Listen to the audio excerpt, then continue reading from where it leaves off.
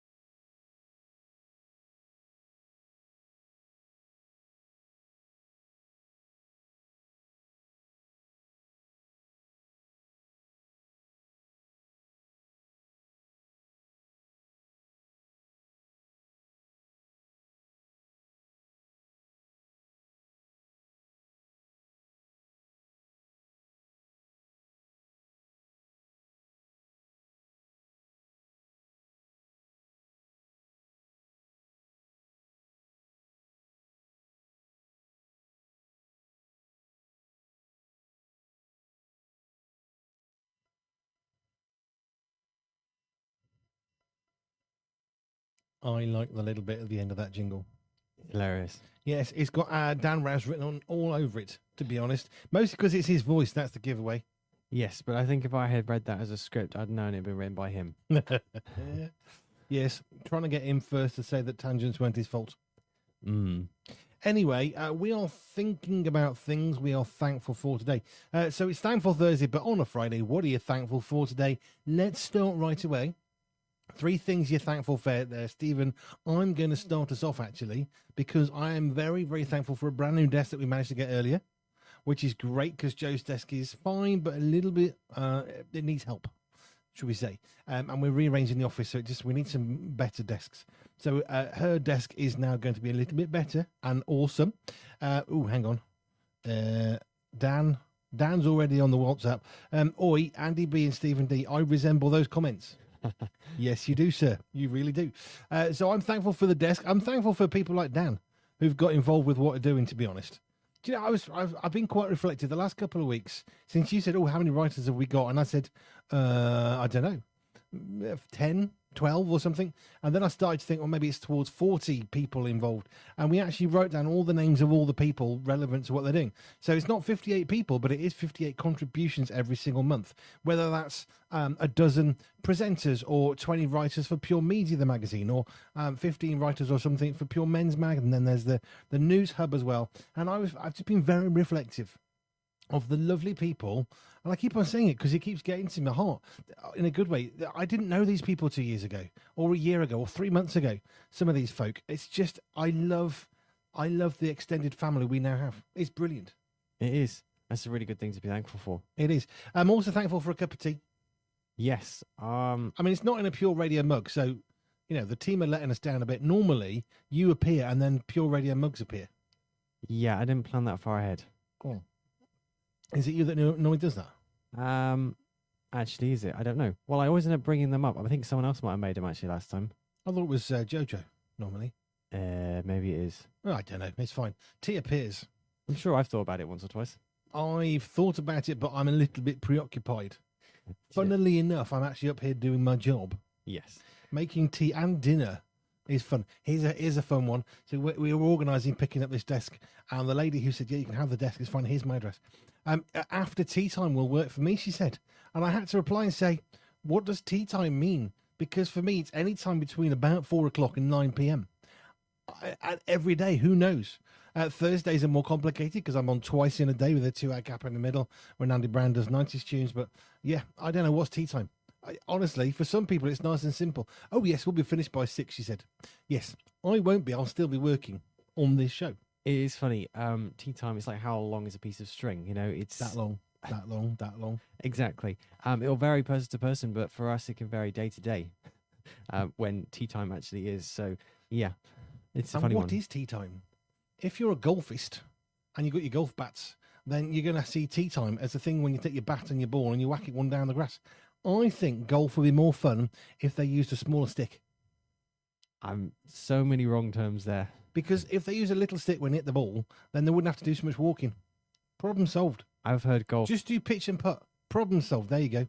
I've heard golf is just a good walk spoiled. Have you ever seen a golfist with their bats doing pitch and putt? I have, and it is something to behold. Really? It is, because they come with their, you know, the weird looking jackety thing and the funny shoes and the odd hat, and they're there. I have seen it once or twice doing pitch and putt, and it's comical because you can see them thinking, but where's the green? Where's the fairway? Where's the tee? What's the windmill doing? I have watched it only a couple of times in my life, and you know they're proper golfers because they've got their own bats and everything.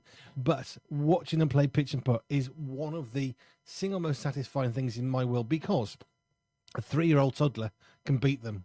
I love it. Yeah, it's funny. You mentioned earlier things you're thankful for. You mentioned tea. Now, I nearly came to the end of my box of mint tea, and there was a moment of panic, and it could have been something I'd be unthankful for. I made what I thought was your penultimate cup of mint tea yesterday. Yes, but as it turns out... I do make cups of tea, by the way, just not between 4 and 7. Yeah, fair enough. And so as it turns out, there was another box. So I'm thankful for that other box of mint tea. Always leave stuff hiding. And other things I'm thankful for, I think I've got to come back to what I get to do every day. It blows my mind that I get to speak to people that you probably will never have heard of on the radio. You know, when I'm speaking now, you won't have heard these voice names. I'm not going to read them out. But these are people that I work with on a daily basis from all sorts of organisations and all around the world, actually. And I get to chat to some unbelievable good people. Later in this month, I've got someone we'll be chatting with, sorting out an interview, and they're actually from Australia. And I would never have done those things without this job. And I you know, I've been struggling thinking, what's the point of what I'm doing? Not in a negative, what's the point, but what's the purpose? What's the real value, the inherent reason for it? And I just was reminded this morning when I was chatting to somebody else from America, lives in India, currently in the UK. I was chatting to them, and they just said, yeah, but Andy, you're making a difference. you're making a difference to people's lives because you're building them up and you're giving them hope and you're giving them encouragement. And that's what we do. That's what we try and do. Now, Dan Rouse has come back and said, how long is a piece of string? Twice the length it is from the middle. I would say, Dan, that if it's wrong, because the string is, if you fold the string in half, all right, and then you times by 2, you get the length. Much easier. Honestly. How long's a piece of string is one of those expressions which just perfectly illustrates when something. It's great, isn't it? Yeah, it's a brilliant impression. In fact, have you used it on the Family Focus show yet as part of your feature? No. Phrase of the week. It would be a great phrase of the week. It would be, wouldn't it? Dan's just come. That's why I threw me. Dan's come back with a little. Where's it come? This is from a Scottish banter guide for language tips for those heading over to the Football World Cup. Tea. In America, a hot drink. In Scotland, dinner. Travel tip. If you complain that you are starving because you haven't had your tea yet, the locals will assume you have a life-threatening addiction to Earl Grey tea. I think that is quite right. Now, do you remember this going back a while? You might do. This is how the British make their tea. And I think most British people, when I share what happened, will be trying to do anything with their hands that's less unpleasant than scratching a blackboard. Okay, this is worse than that sound, right? Okay, or Pop's pottery, you know. So there was a lady in America. This is how the British make tea in an American accent, which I'm not even going to try and attempt, with her daughter. And she took a mug, put some water in with a tea bag, shoved it in the microwave for 30 seconds, added milk, and said, "There you go. That's how the British drink tea." And I remember thinking, please tell me this is satire. And it would appear it was not satirically made. They don't have kettles, do they? No, as a rule, they don't. And it is actually impossible to make a proper mug of tea without a kettle or the means of getting boiling water. We once had, it was one of the first instant hot water machines. I don't remember the name of the company. It was mass produced, right? It was going back to 2008 or something. And it's one of these, you put your mug under, you press the button, and it got the hot water, a bit like a shower would, but on a tiny scale, and chucked it into the mug for you. It's great. It was never boiling. So this was our kettle for a while because the kettle broke. It's fine. We'll use this. We don't need a kettle. You need a kettle because this thing used to get to about 85 to 90 degrees. That's not hot enough. No, because it doesn't make the tea leaf infuse with the water. So you used to stick it under the machine, press the button, get your water. It was about 3/4 of a cup of small water. And then you had to put it in the microwave and heat up the water to get it to boiling, which was really dangerous. It wasn't long before we had some major accidents and bought a kettle. Bought a kettle, yeah, best thing in the world. Because it wasn't. Well, it's funny, when someone first moves into a house, the first thing you need is that kettle. So you can boil yourself a cup of tea. Top tip from the Pure team, if you're moving house, make sure you have your kettle. Even if you need to have your kettle always. So important. Even if you have it on your lap when you're traveling the last few miles to your new home, making sure that it is available. First thing, you can make yourself a cup of tea. And then it's like you've arrived, you're home. Yes, indeed. Now, Dan, just to further confuse things, I was brought up in the Midlands where tea has a whole nother thing going on. You can have your tea at lunch, you can have your lunch for dinner, you can have your dinner at supper time, and you can have your supper for breakfast. Because depending on who you're talking to, they don't care. It's just another meal, you see. So, and then you got high tea. Oh, it's like posh, isn't it? Yeah, proper posh. You can have your high tea where you have your sandwiches and little sandwiches, little cakes on this beautiful, I don't know, what is it called? It's like a 3 or 4 tiered plate thing. It's like playing 4D chess or something. I'll have that one. Oh no, I don't. I want that sandwich down the bottom. We were living somewhere in Hampshire and 2 beautiful families said, we don't want you to go away until we've treated you to a proper, beautiful, very luscious, essentially perfect cream tea. All right, high tea, English tea. So they said you've got to come and do this. That's fine. So we went and they took us to the same place independently of each other. Didn't know they were doing this. It's quite fun, and it was gorgeous. It was. Because it's very expensive, but you have this huge set of plates. There's 3 or 4 plates high. You've got sandwiches, you've got cakes, and of course you've got clotted cream, scones, pot of tea, jam, all that stuff. It all comes. So literally, it's like the best TV dinner. You know, people thought the microwave dinner was like brand new. No. The quintessentially English people have had a microwave dinner going back years. It's called high tea. Where's the microwave come into it? Well, it's not the point. The microwave it makes instant food. which I suppose if you're rich enough back then, it would have seemed like instant food because it said, yes, at 3 o'clock, please, or 2 o'clock, we'll have our high tea. And it appears like a microwave. Now, some poor soul somewhere was slaving away, making the sandwiches, growing the cows, making the fields work so they could grow the mint or whatever. I don't know. But that's what they were doing. You see? Yeah. The thing about those cakes in sandwiches is they're quite small. Yeah. Like you need quite a few of them to sort of be satisfied. Yeah. Yeah, if you imagine a standardized British slice of bread, okay, if you cut it into 4 triangles, that's quite large. You need to cut them again to get the size of the quintessentially English teaman's tea They've got to with be sandwiches. They're like bite size, basically.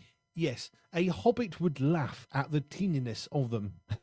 To be honest, a hobbit child might think, yeah, not too bad. It's all right. Yeah. But yeah, it was great. We had these 2. It was somewhere in Hampshire, I've forgotten where, and they both took us to the same place. But we weren't allowed to leave and move away from the area from where we've been working and serving until they'd done this. And it was absolutely beautiful. We never have the heart to tell them.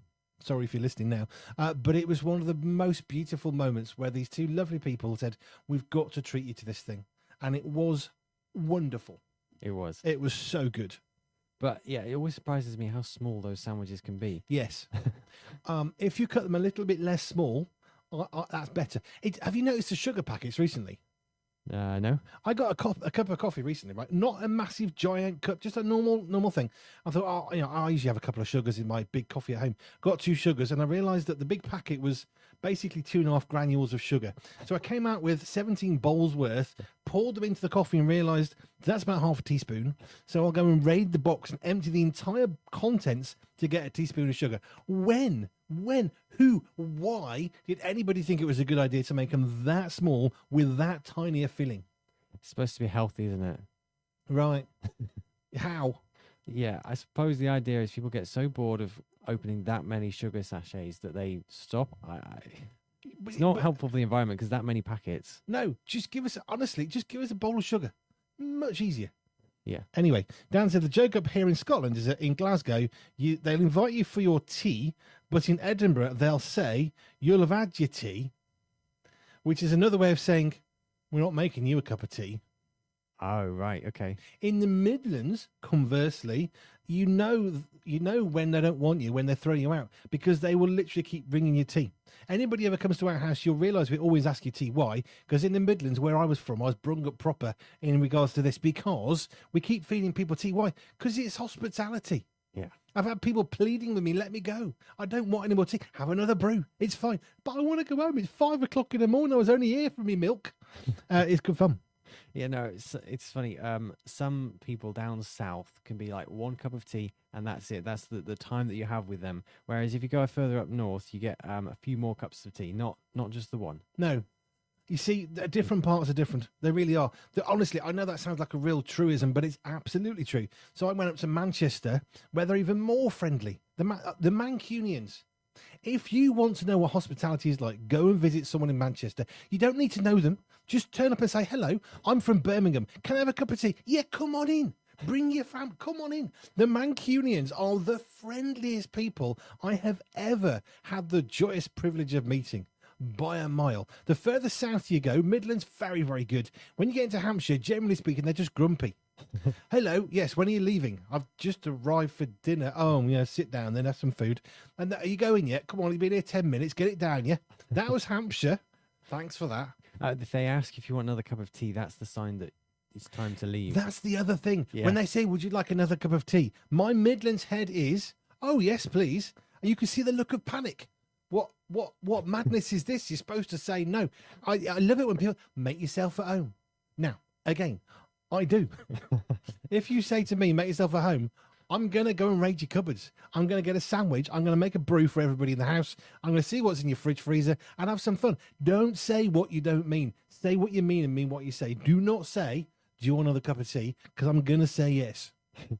Yeah, the other thing, though, is interesting. In America, I think it's the opposite. Northerners are the less hospitable ones. Southerners, Interesting. as I understand it, it's the Southerners that are more hospitable. So you go like Texas and those sort of southern states, they're a bit warmer with they've got like really broad accents. Apparently, they're the more hospitable ones. You go up north and it's more the industrial area, not financial area like New York and stuff like that. They're less hospitable. So it's kind of like the reversal of the UK. I think. People saying they're thankful for things. Colin, thankful for my son getting home safely this morning and that the car is fixable. That sounds like an accident has happened.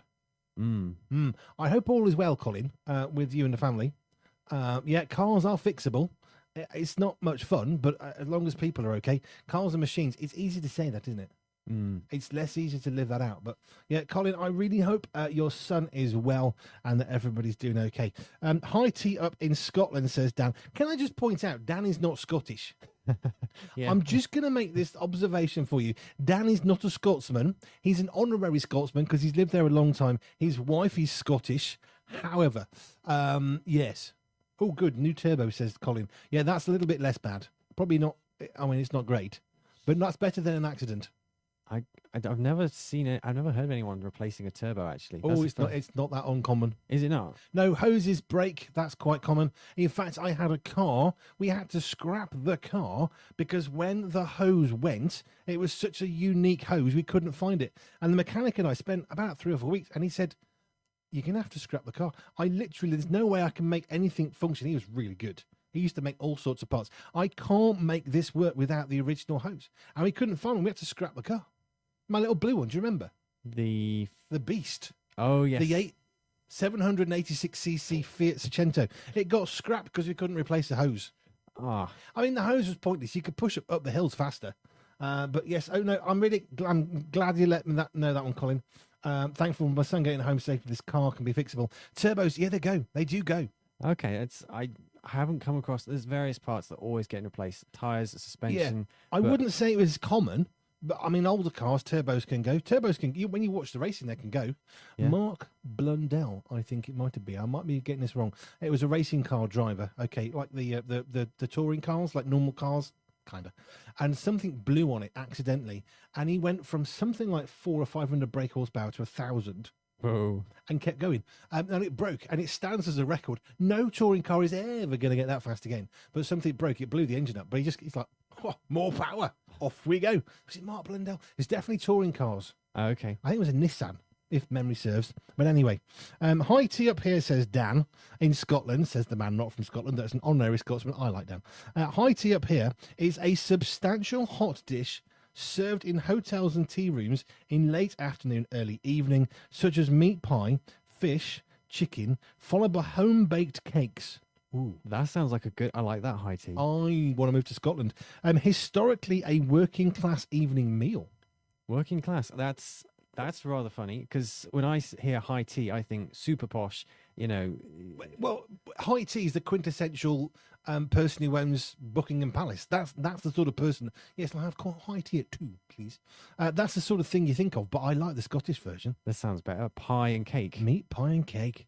Yeah. See, it doesn't take long. We are now 17:26, and we're well into talking about food.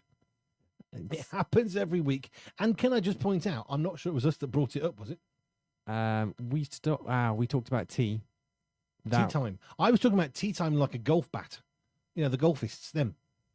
I thought you mentioned tea time. I don't think it was I'm going to blame Dan because he's not here to defend himself. That's how that works, isn't it? Dan Bellamy says, afternoon tea served on a cake stand. Cake stand, that's what it's called. Yeah, but it can't be a cake stand because it'll be a cake and sandwich stand, surely.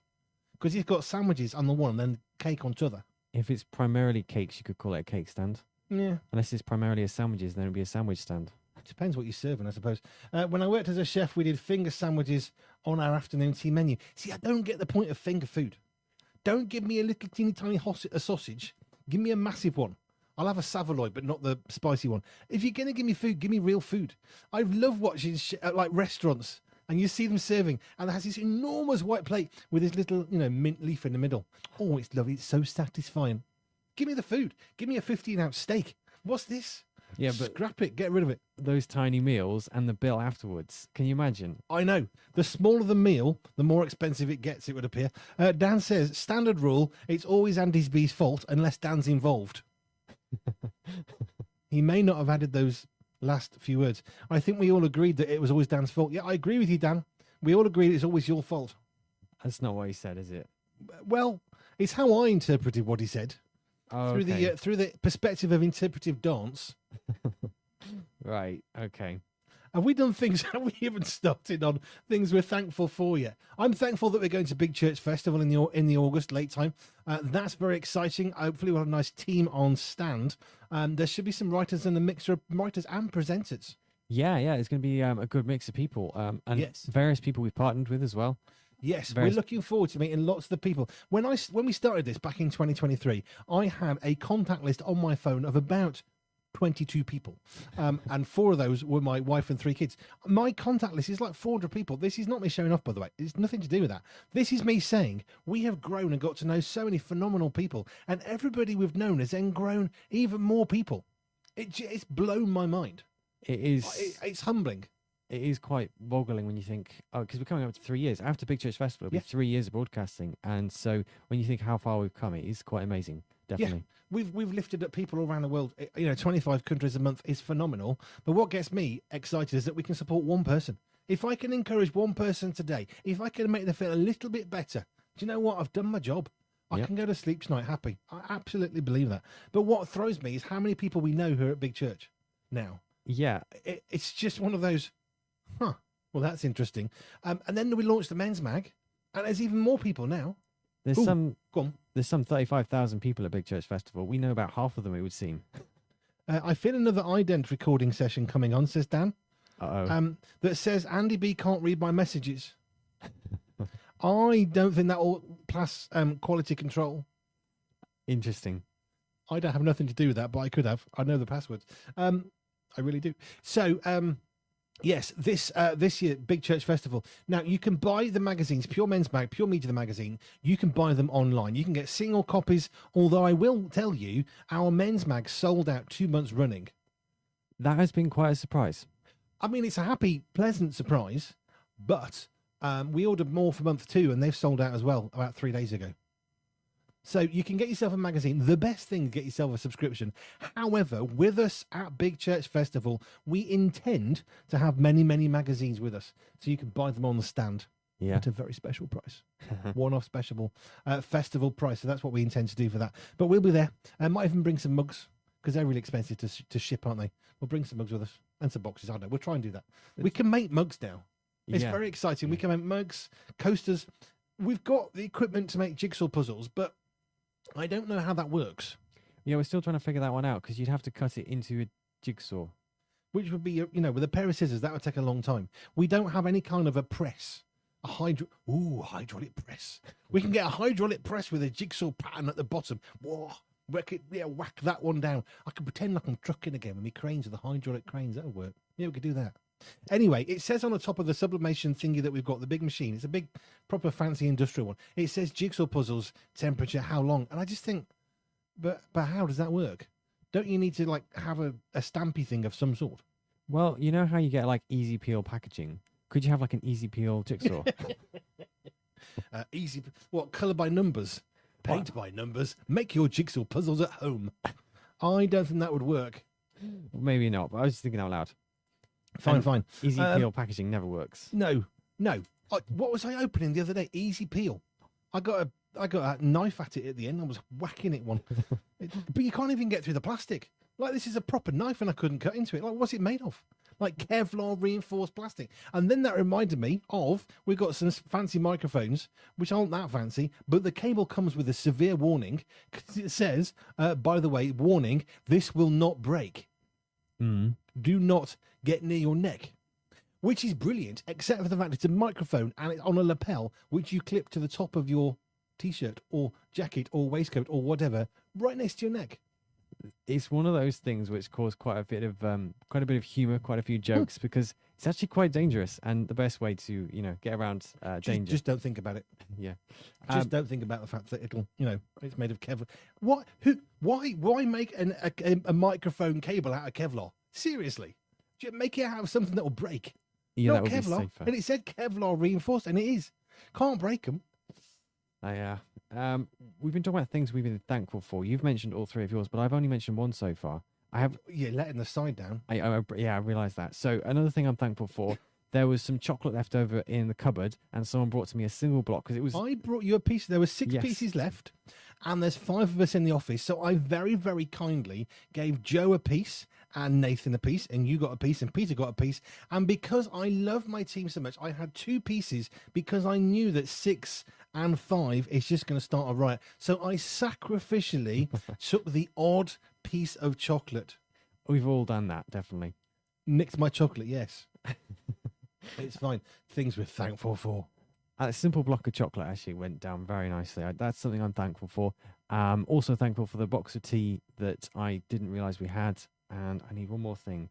I'm thankful for it's warmer because it was surprisingly cool the last couple of days. It actually tripped the heating on the other day. Yeah, 2 nights ago, the heating came belting on. Was it 10 or 8 degrees or something? 10 degrees outside, but that was at 7 o'clock in the morning. 7 or 8 o'clock in the morning, it was 10 degrees. So one would presume it was cooler than that before that. So maybe it was 8 degrees. Just had a thought. Uh-oh. Now, Dan wants to create an ident that states, here we go. I feel another ident recording session coming on so that Andy B can't miswrite my messages. Here's the thing. Getting to record them, don't tell him, right? But getting to record the messages, I'll put it through my audio software and then I can put extra stuff in there. So yeah, go for it, Dan. Make those ident records for us and we'll get that sorted with no delay. Responding to you, Dan Bellamy, no, not at the gathering this year, but we are a big church instead. Yes. So we're going to a much bigger festival. And we've got other stuff coming through the summer, which we're not going to announce just yet. One of which we can't tell you where it is because it's quite, how do I put this in the right way? It's a women's shelter, so I can't tell you where it's going to be. But we will be doing what we did last year. It's a women's shelter where we'll be doing some broadcasting. They have a little fair. We'll be attending that. I can't tell you where it is. I'm not allowed to because it's a women's shelter, okay? I know where it is, and you're not allowed to. But we'll be there. That'll be good, early July. And then the next weekend, we are not at Keffinley. Where are we going? The other one, the Quinter. Yeah, that's the one. The Quinter in Wales. The Christian Motorcycle Association's annual conference. We'll be there.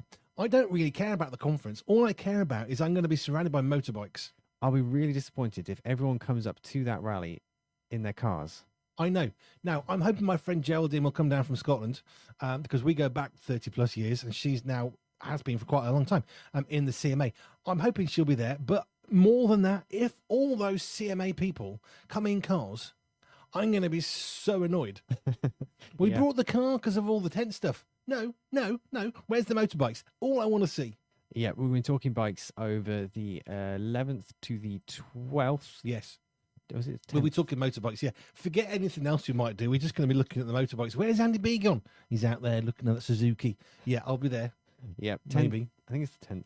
10th to the 12th of July, pretty sure. Yeah, second weekend in July, I think. Yeah, basically. Yeah. No, I just keep on reflecting about the turbo that went in the car that Colin's son was driving. It really sucks. Yeah. When something goes in your car. My air conditioner is broken in my car.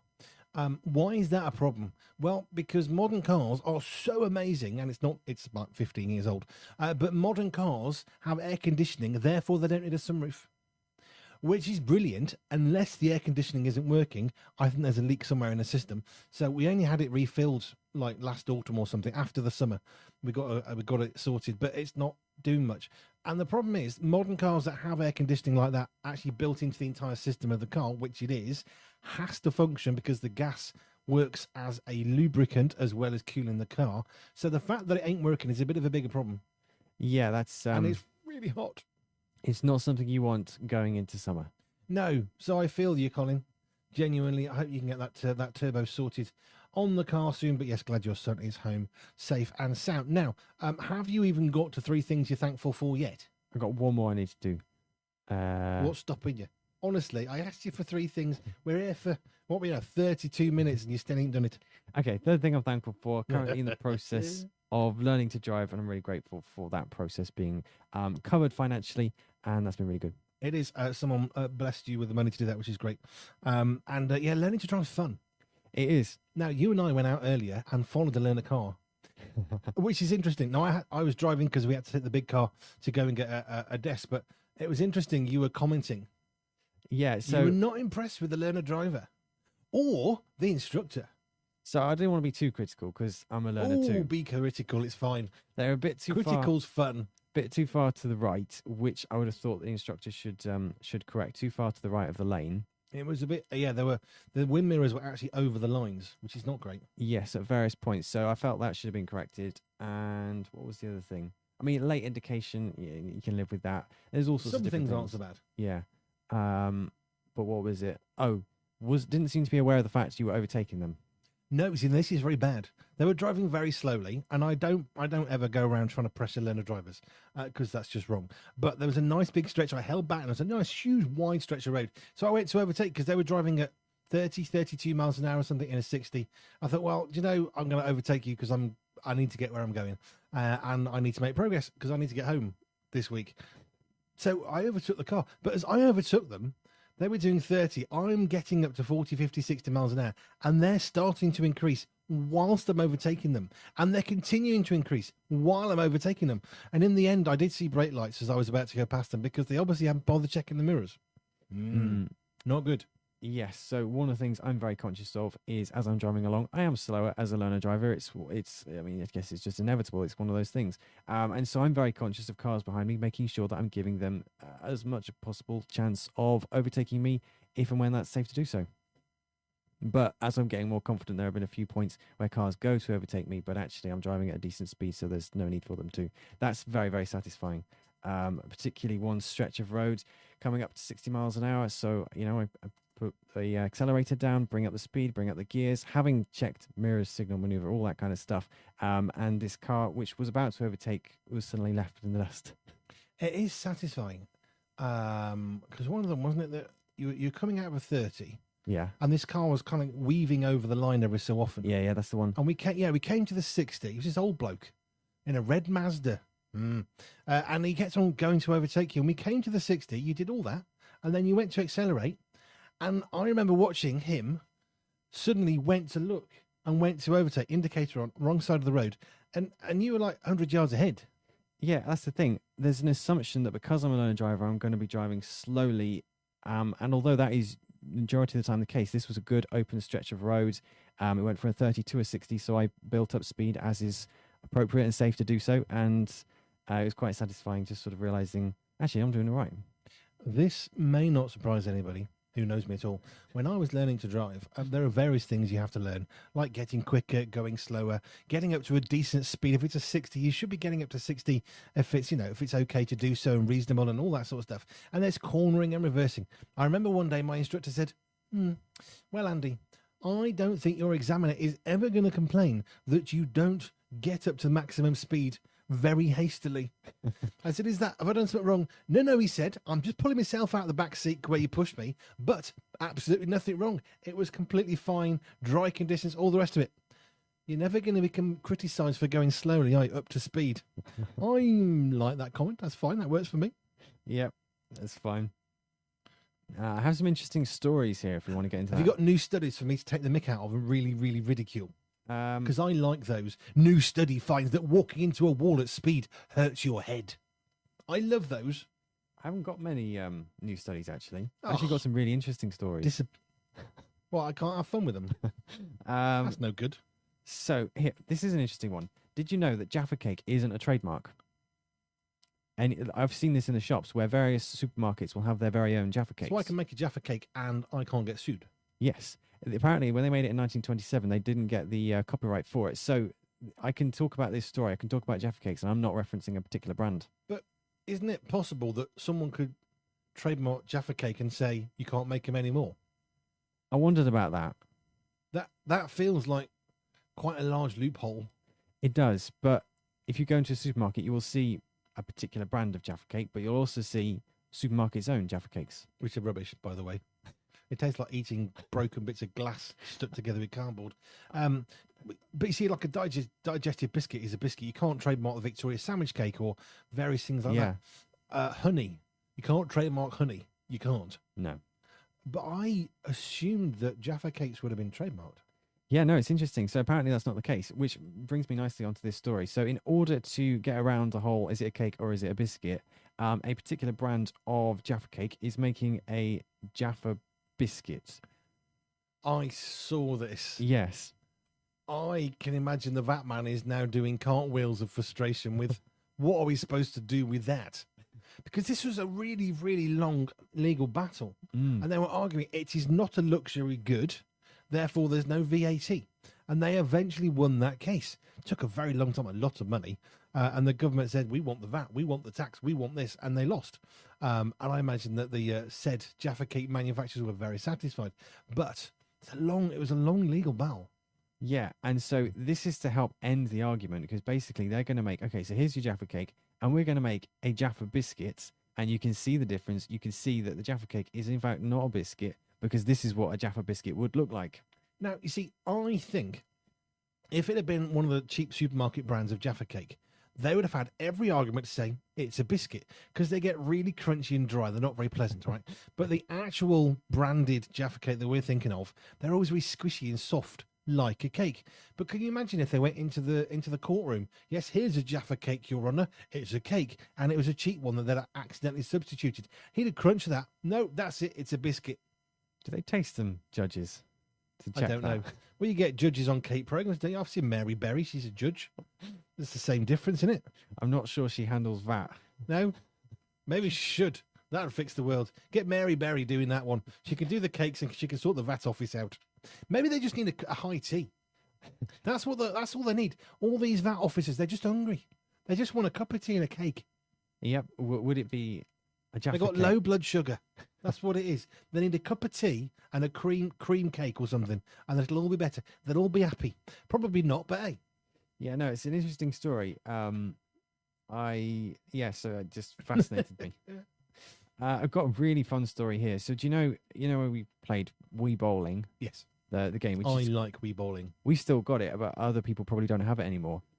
It is a very popular game. Now, apparently there is a care home which has gone viral for their unbeaten Wii Bowling team. Ooh. So this is a team who competes in organized Wii Bowling League and recently secured another victory against another village during the second match of their 2026 season. They're doing it all properly, like they've got whole leagues and everything. I love this. And apparently they are unbeaten, this particular team.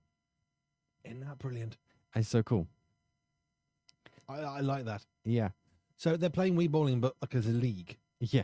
They're taking it very seriously. Good. I think that's only right and proper to do so because Wii Bowling is good fun.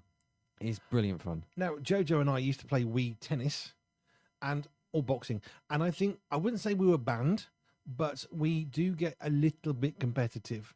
And playing Wii Tennis with Joe is a little bit like trying to put your head in front of a boxer and hoping they won't hit you while you're standing there trying to take a photo while they're swinging at the person behind you. That is a bit of an example of what it's like to play Wii Tennis with Joe.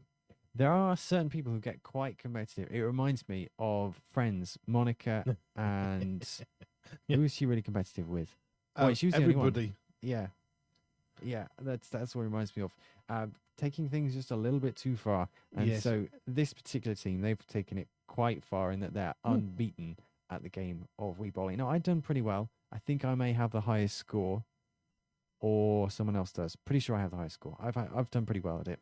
I like a bit of Wii Bowling. It's a little bit less hostile. But yeah, Joe and I are banned from lightsabers, and I think we should probably be banned from Wii Tennis. Yes. Playing any kind of game with Joe, it's a risk, to be honest. You're playing, I don't know, Patience or something, or Jim Rummy. There's a risk. There's always a risk because she gets very, very competitive. Sweet Jojo, as somebody recently called her. Yeah, you should play a game with her. Try and call her Sweet Jojo after she's finished not winning a game. Yeah. Yeah, it is funny how some people can get so very competitive at certain games, but I love not you, dear. others. Just not when you got a bat in your hand and we're playing a game. Yes, Red Mist comes on as well, doesn't it? Just a little bit. Yeah. I got here a story about the Eiffel Tower. Apparently, there's a staircase which sold for £380,000 from the Eiffel Tower. Aren't they missing it? I was wondering that. Like somebody comes to work one day and goes up the stairs and there's no step. Aren't they okay. going to notice it? It was one of several sections removed in the 1980s when lifts were replaced. That makes more sense. Yeah, so this is a 14-step spiral section that dates back to 1889. Stands approximately 9 feet tall weighing 1.4 tons. Well, Nine- it's old pig iron, isn't it? It's not refined aluminium or steel. It's So pig iron, so it's properly heavy, that stuff. with that kind of weight, I can kind of understand the price of £380,000. Just scrap it. Get some money out of it. Well, I thought it was just rubbish. I gave it to the scrap man. So yeah, it's a surprising amount of money to spend on a staircase. I'm not entirely sure how much it costs to fit a staircase, but I think a bit less than that. Is it usable? That's my first question. Can you actually use it, or is it not safe? Well, if it's 1.4 tons, it's pretty sturdy Yes, but it could be cracked. and rusted, and Yeah. old, and battered. Yeah. I still like the fact that the Eiffel Tower was supposed to be a short-term engineering project, and now it's one of the 7 wonders of the world, isn't it? I think. Yeah, something like that. It's If it's not, it probably should be. But I just love the fact it's like the Great Wall of China. Well, we just took it up for the afternoon, and it sort of stuck around a bit. That's the Eiffel Tower. I love it. yeah. I love stuff like that. It's funny how many times it's been destroyed in the movies. There are a few of those. Dan says there's a room inside the Eiffel Tower. Yeah, there's quite a lot of room inside there, Dan. It's quite a big Yeah. building. I've heard that's the case, but when you look at it, you just sort of see this metal sculpture, but there's a bunch of rooms. Yeah, who's the dude who made it? I don't know. Because didn't he have a little office at the top? Did he? Yeah, I think so. Oh, that's cool. Eiffel Tower, Gustav Eiffel. Oh, he named it after himself. Yeah. That makes sense. Bit pretentious, isn't it? Seriously. But no, I think there's a room at the top which is inaccessible. I'm sure that's not a fable. Yeah, you see, what film is it? Is it James Bond? They go up it. There's a whole fight scene and everything. Oh, there's all sorts. It's one of those monuments that just appears in every single film ever. It's a bit like Big Ben. It's always getting destroyed in the films. It is. It's yeah. either Big Ben or Eiffel Tower. It's one of those two. Or Statue of Liberty. That's the other one. That always gets destroyed. Statue of Liberty. It's always falling over. Or Honestly, covered it's in- not great, is it? Or covered in snow or ice or something. Right, well, we've got 2 minutes. When are you next on air? So I'll be on air Sunday afternoon. I was going to say evening, afternoon. 1 till 3, which afternoon. is the new slot. That's very polite. On Sunday afternoon, we'll be on with Nathan Thomas and myself. We're joined by Matt Dick, who hasn't joined us for a few weeks because he's been away. He's been I know. sending... It's terrible behaviour by Matt. Like, seriously, where are you, son? You're supposed to be on talking about sport, which is why I'm talking about golfists and bats. It's his fault. I'm blaming Matt Dick from Scotland. Well, he'll be bringing his expertise and the correct terminology for sports after 2 o'clock on Sunday. Right. He'll actually be on. Well, he's not been on. He's been doing voice notes Yes, for you. he has been sending voice notes. Ugh. He's been very, very busy of late, in fairness. And Half a job. Half a job, Matt. Who, by the way, has written a very lovely piece on the World Cup in the magazine. Which one? Both of them. Oh, yes, Pure Media Yes. Magazine and Pure Media. So Matt is also my sports writer for the magazine, so he's written on that. Lovely Matt from Scotland. He's an actual Scot who's got a Scots accent. Yes, he is actually, rather than Dan Rouse, who just happens to live in Do Scotland. you know, I wonder, is Matt actually a Scotsman with a Scots accent who's not from Scotland originally? Is he actually from, like, I don't know, Selly Oak or something? Just moved up early and he's always got a Scottish accent. I'll have to message him and find out. I'm sure he's actually Scottish. I'm pretty sure he is. Yeah. He's very proud of being Scottish. Yes, so he's going to be, I believe he's going to be up early to watch the, there's a match in Scotland. I just, okay. Fine. I wouldn't. One, we haven't got a TV license, so I don't watch TV anyway. And I haven't done since 2017. 2015. But actually, yeah, I wouldn't want to do that.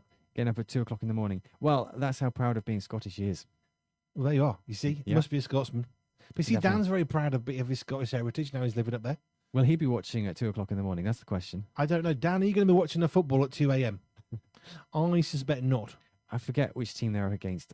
He did say, but I've forgotten. I don't know. Anyway, so I am back after the news at 6. We've got some tunes coming your way, including I'll Be There for You by the Friends Songists, otherwise known as the Rembrandts. That's coming your way, and more after 6 as well. Thank you, Stephen. And thank you to you on Facebook and YouTube. Next time we'll be doing this sort of a thing will be on Sunday, 3 till 6 with Jojo from 4 o'clock, high-low game on Facebook and YouTube. Mm-hmm. Thank you all.